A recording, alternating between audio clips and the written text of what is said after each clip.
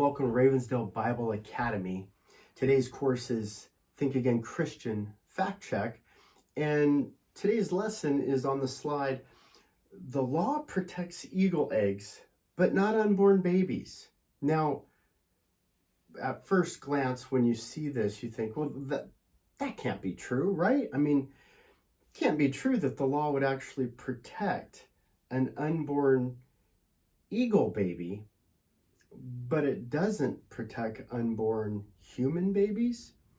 Well, the question is, because the truth is, we know that that's true, and we'll get to that in a little bit. But the question is, why is it that the law protects eagle eggs and turtle eggs and other unborn animals, but it doesn't protect the sanctity of human life? I mean, the idea that we care more about whales and birds more than human life is absolutely mind-boggling, isn't it?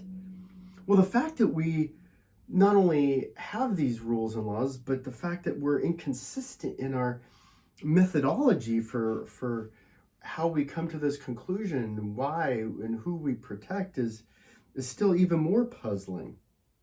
So clearly, we recognize that fertilized eggs will become life once they're hatched, right? We clearly understand that. Now I raise chickens, okay? I have chickens. I'm a chicken rancher. Well, I have 20.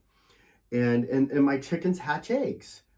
Well, you know what happens when that egg is fertilized and the mama hen sits on that clutch? Well, inside of that egg is a baby chicken, a little chickie, right? Everybody knows this. In fact, we could put it up to the light and we can see it. And the baby chicken doesn't hatch turtles, and it doesn't hatch other kinds of birds. No, a chicken lays a chicken, which is the same concept of a human when fertilized, when pregnant, has a human. So inside of the human, inside of the mama, is a little baby. In fact, we can take x-rays, we can do sonographs, we can see the child inside. We can see it, we can monitor it, we can hear heartbeats, we can even detect the sex. But then we want to pretend as though it's not a human life.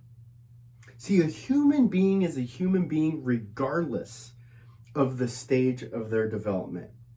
I mean, a fetus is just an unborn human, but it's still a human. Before a baby's born, it develops, like as I mentioned before, it develops a heart. It has eyes, it has fingertips, it feels pain, nose, lips, ears. And at conception, the genetic makeup is already complete. We can determine the gender in 18 to 21 weeks. Even the scientists admit that at fertilization is conception. And so when does life begin? Well, again, you can look at Princeton, and life begins at fertilization. That's when conception happens. It's when living cells, life begins. When there's brain activity, life is life. That's why we define the end of life when the brain activity stops. All of these represent life and all represent humans. It just depends on, again, what stage of humanity you're talking about. I mean, we continue the process even after birth, right? We have babies and infants and toddlers and children and teens, young adults, geriatrics. I mean, we have different